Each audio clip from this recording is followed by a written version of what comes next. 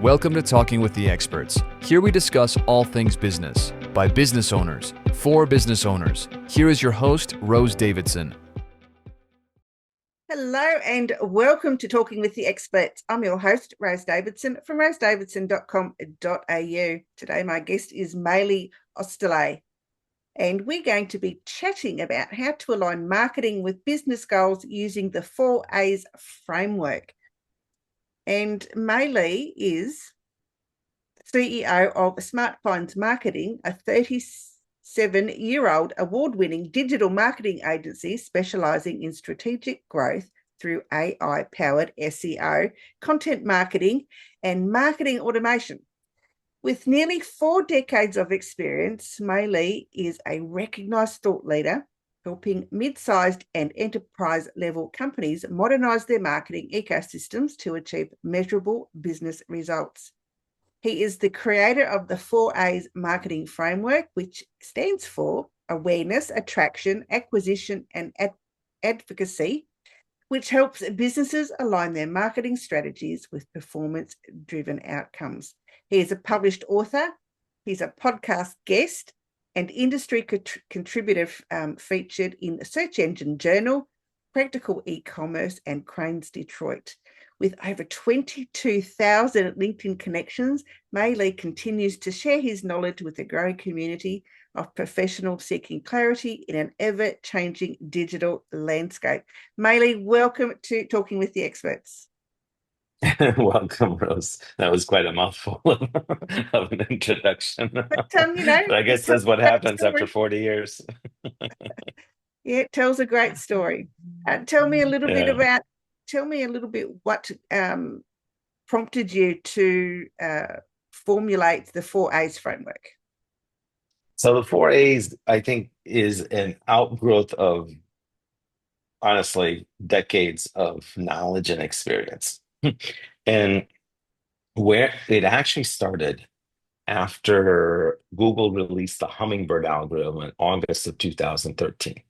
And what had happened with the Hummingbird algorithm, it had significantly changed how SEO is done, how you get ranked, what the strategy is, or let's just say the business strategy for organic marketing. While it sounded, okay, well, this is what happens every August, when Google releases a major update to its algorithm. The 90 days later, I lost a very large client. And the story on that was kind of went along the lines of, Melih, we're not, you're doing a great job, but we're just not willing to play the Google game. And there was a few different things that came out of that conversation. The first one is that I had to, do a reality check with the client in terms of raising the awareness that, listen, if you get off the Google train, but your competitors stay on the Google train, they're going to be far ahead of you, even 30 days later, 60 days later, a year later. I also had to explain to them that if they ever decide to get back on the Google train, it would cost them a lot to catch up to their competitors. Ultimately, they revised how they want to approach instead of completely getting off the train. But there was also the other side of that conversation, which was that changes happen, right? And it happens in every walk of life. And so I went down the path with the client of, listen, you need to anticipate the change. It's going to happen. And it could be 3 months later, it could be 6 months later, it could be a year later, but change is going to happen, especially in this technology-driven industry. You have to accept the change, which is the hardest part for all companies. There's no question about that. And I either have to tell them the competitor story just to kind of put this into perspective, or I have to take them down the path that this is an emotional response on your part. It's not a logical one, nor is it a business one. You need to get over this and accept the change or changes, whatever the scenario looks like. And then the third one gets a little bit easier. adapt to the change, and lastly, adopt the changes, right? Kind of move this process um, uh, into a way that's going to benefit the business. Are you going to be able to continue to grow? Are you able to continue to be competitive? But that the hummingbird algorithm is really what kind of forced this concept that I had to put things into perspective for our clients. Mm. And an interesting journey. I think I'm I'm not an SEO expert by any stretch of the imagination, and I rely on people that know about SEO to give me hints and tips and all those sorts of things. Right. Because yeah, to me, SEO is something quite foreign. And it hasn't gotten easier either. No, I'm learning that. Yes, I am learning that. So how can we use this 4A's framework to align our digital strategy with real business growth? Yeah, so again, if we if we start with by removing the emotional factor or the human factor out of the equation when these changes happen, if we go back 20 years, right? 90, I don't even have to go back into the 1990s, but starting from 2004 when Google went public, and essentially the internet became less of a wild, wild west phenomenon and more of a business strategy tool. Now, what the idea though is that you have to figure out how to make your adjustments along the way.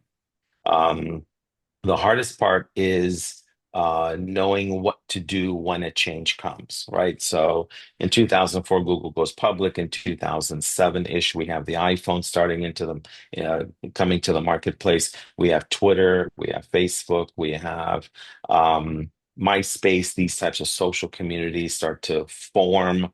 We're evolving into a new era, and that was one major change that happened in that period in terms of the iPhone and the social communities coming on board.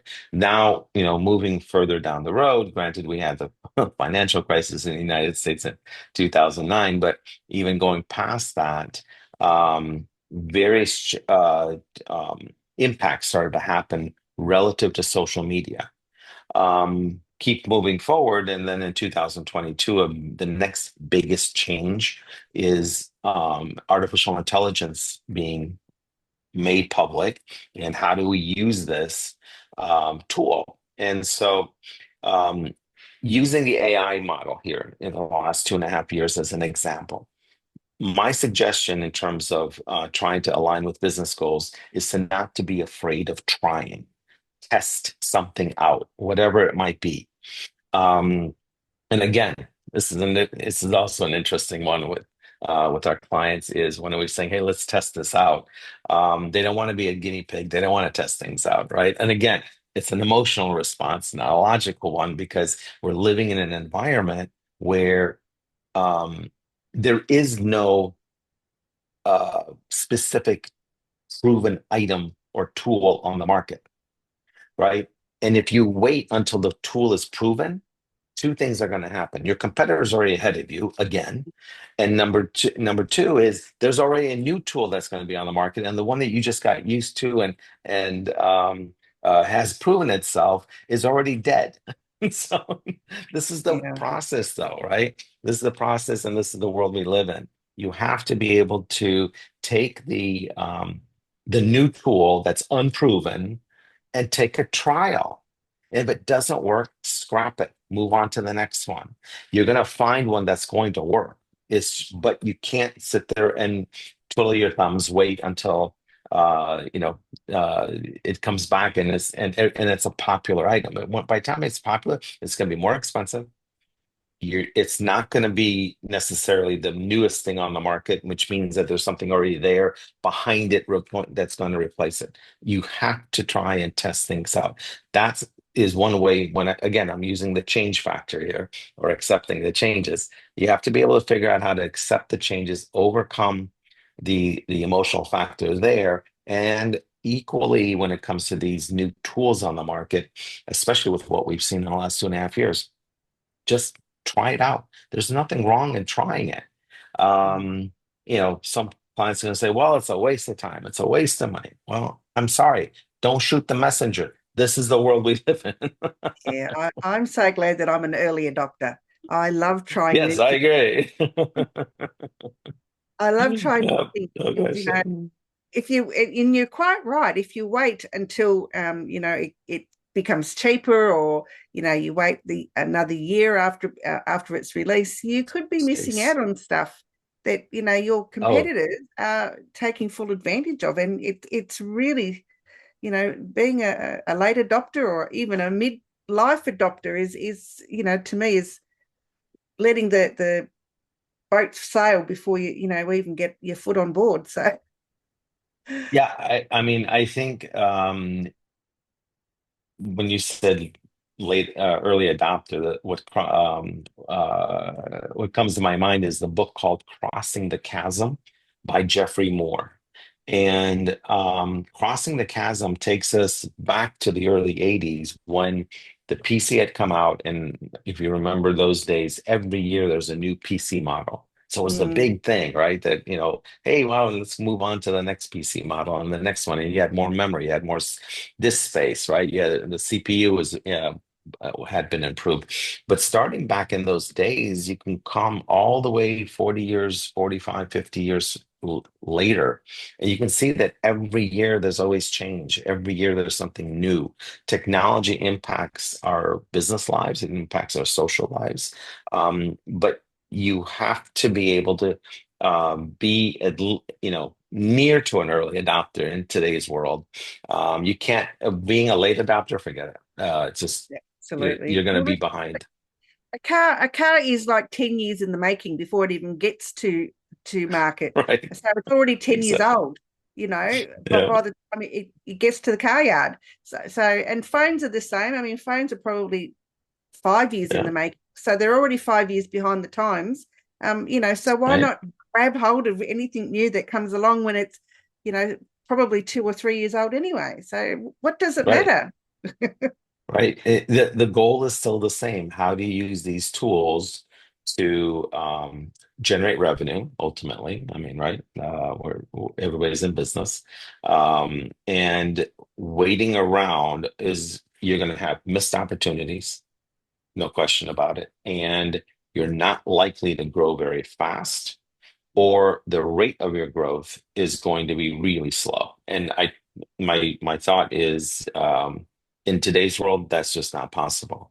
I mean, there's a reason why the millennial generation and the generation behind them are already millionaires.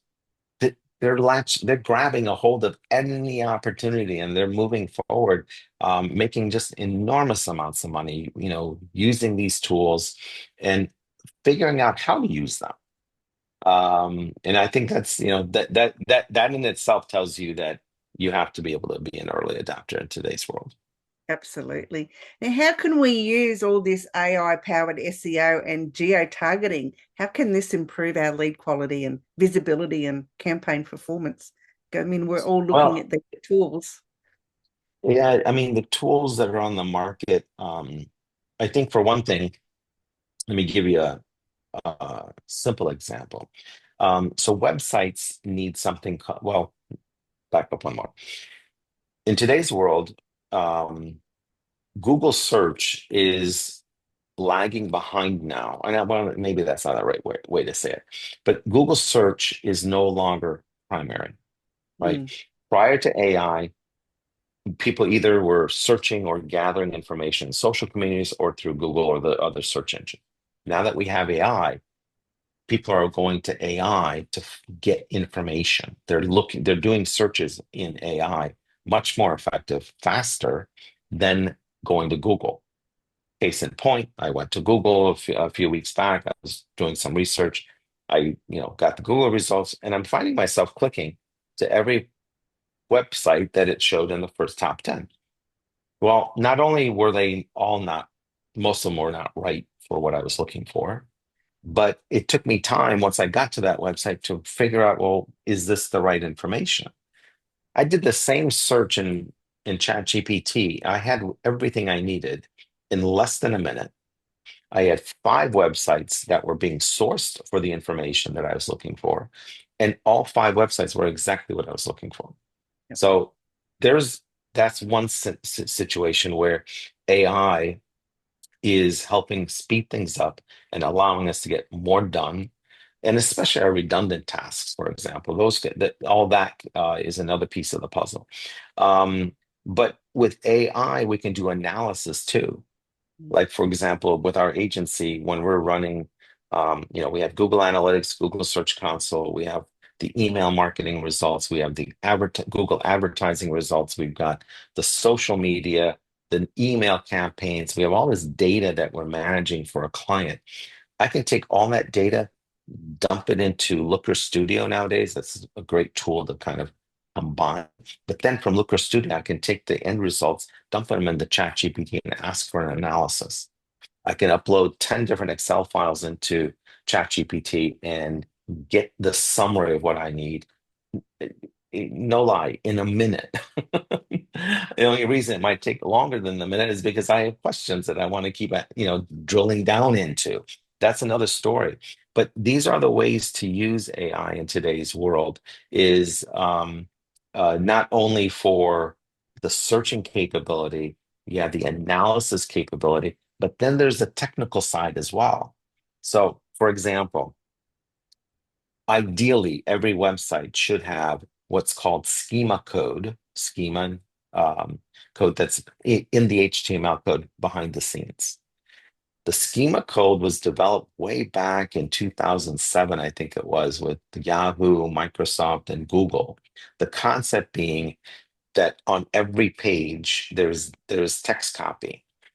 It's up to you as the website developer owner to say that this is a phone number, this is a zip code, this is an article, or this is a paragraph, or whatever the case is. Point being is you're helping the search engines better define what the information is on your web page. Well, the same. So fast forwarding today, the AI search tools, ChatGPT, Gemini, Copilot, Claude, they're trying to they also want that schema code because that helps them better source the information to somebody that's searching.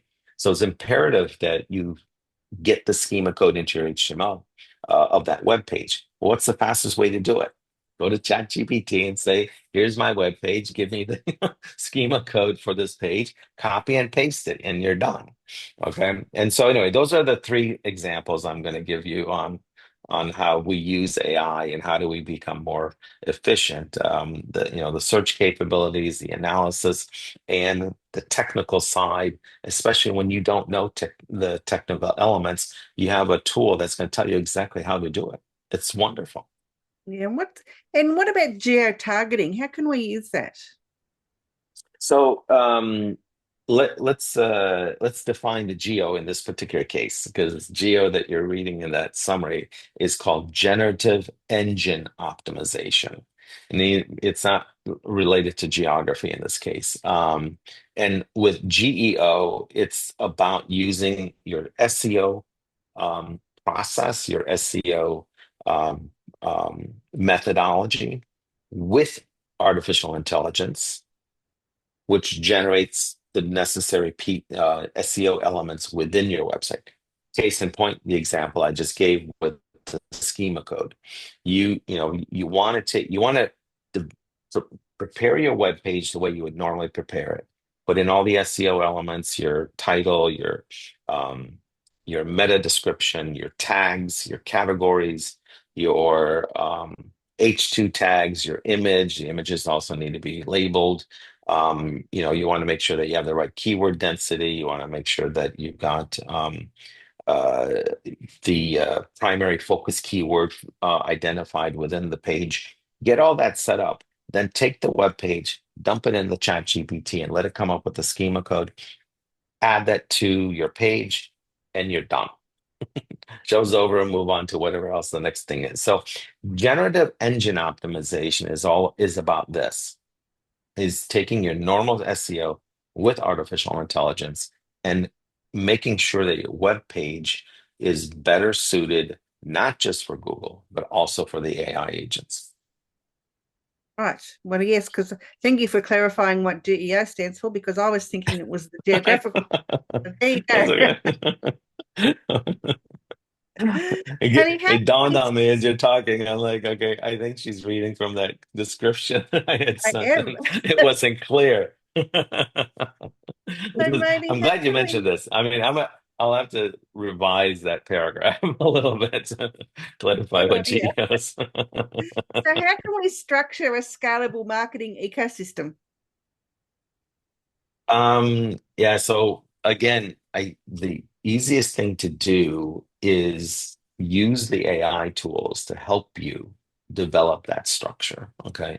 And we do that for our clients. We'll spend, especially a new client, for example, we'll spend the first 30 days meeting with them on a weekly basis, doing research, strategy, and planning, identifying what their goals are, what changes do we need on their website, how do we do an email marketing campaign, et cetera, et cetera. So we're planning all this out.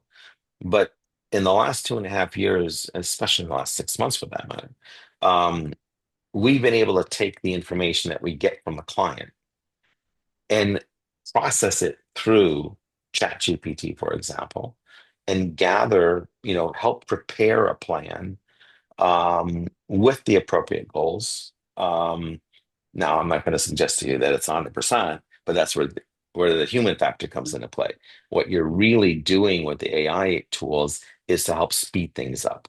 So instead of taking 60 days to work with a client and onboard them, we can knock that down to 30 days and we're off to the races afterwards so that we can actually start generating money for them faster.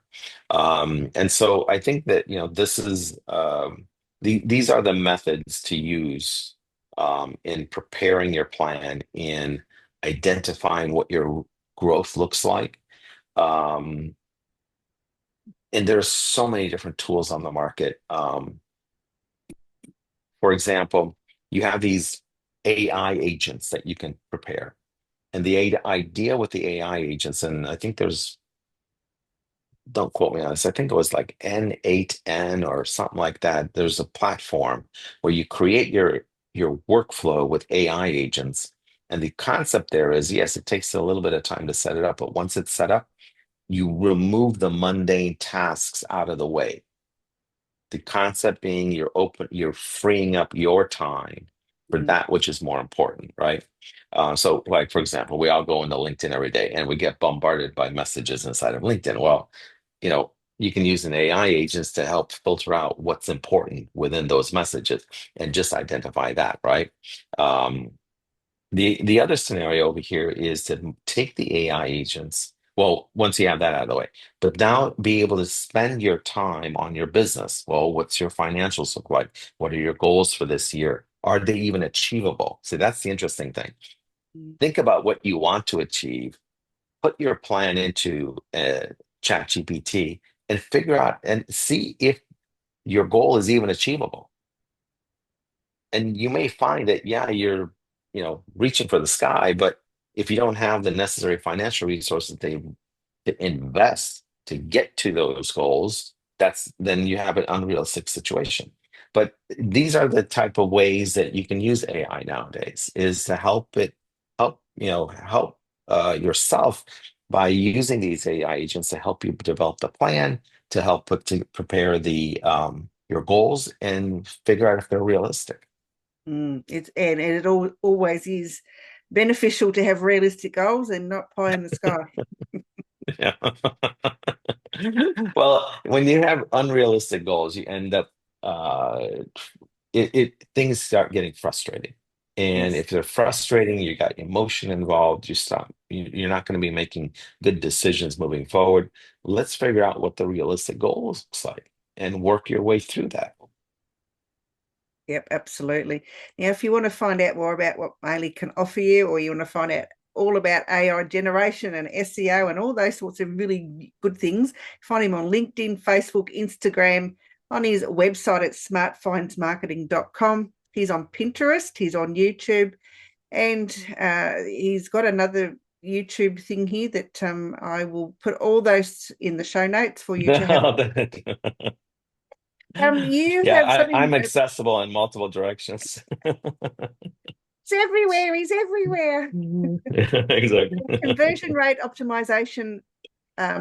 What is that? And it can be found on your website, but how can people there? I'd be happy to jump in on it. Yep. So the term conversion rate optimization, interestingly enough, is an industry term, and it's not being used by, let's say, our clients. They don't know what CRO is. But in a short phrase, it's about taking your existing website visitors, not about driving more traffic to the website.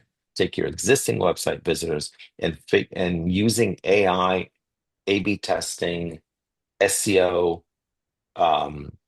layout changes, GUI changes, UX changes, etc., on your website to generate more response. In other words, more sales, more leads, whatever the goal is of that website. And so in the CRO scenario, what some people call it website visitor conversion, different ways of identifying how do you take the existing traffic. And that's the important part. When we do, for example, a CRO program, and if that's all we're doing, we are not trying to drive more traffic to a website that's not effective. CRO is about using various tools to make your website more effective. And roughly speaking, if it's done right in about 4 to 5 months, you should be able to see your lead conversion or your website visitor conversion jump up by about 200%, roughly speaking. Okay, it'll vary on the website, the industry, and so on and so forth, but somewhere in that neighborhood, you should be able to see a response. You should definitely be able to see 100% response, meaning you should be able to double your number of leads. So if you're doing 10 leads, you should be able to get to 20. If you're doing, if it really works out well for you, you should be able to go from 10 leads to 30. And so this process is about using artificial intelligence. What it does is create a journey funnel for each website visitor. And especially in the B2B world, when that visitor comes back again, it's able to facilitate call to action to that visitor based on what they've done. How long were they on the website? What pages did they go to? How long did they spend on certain pages? And based on that, as it goes through that funnel, it's actively feeding them. And I think for purposes of the show, let me just say it's actively feeding them a more aggressive call to action. In other words, okay, when you're coming down to the bottom of the funnel, and the AI is going to say, "I think it's time for you to talk to us." So, kind of put it right there in their face. But obviously, the AI piece is great, but it's not the only part. You have to do your A/B testing. You got to change layouts. You have to, change the UX, the UI. You got to change all the different pieces and figure out what is it that people are more likely to migrate to. You have to use heat maps, figure out where are people clicking within the page and understand what the behavior is of the visitors. You're going to go through this process with these different tools. And based on that, like I said, it doesn't all happen in 30 days. It doesn't happen in a week. You have to give it time. And you have to analyze these things, ideally every 7 to 10 days. And then based on that, make some additional changes and keep working this through until, like I said, about 3-4 months later, maybe in some cases 5 months later, you're going to find that your lead conversion is higher. As you see your lead conversion going up, it's time to drive more traffic to the website. Wonderful. Go and check it out, people. It sounds like it's going to be heaps of benefit to your business, to your website, to everything that you're doing within your business. Melih, it's been an absolute pleasure. Thank you so much for joining me today on Talking with the Experts. My pleasure too, Rose. Bye-bye. You've been listening to Talking with the Experts, hosted by Rose Davidson. Make sure you have a look at our back catalogue over at talkingwiththeexperts.com. And be sure to subscribe to our podcast so you don't miss out on any episode. We look forward to your company next time.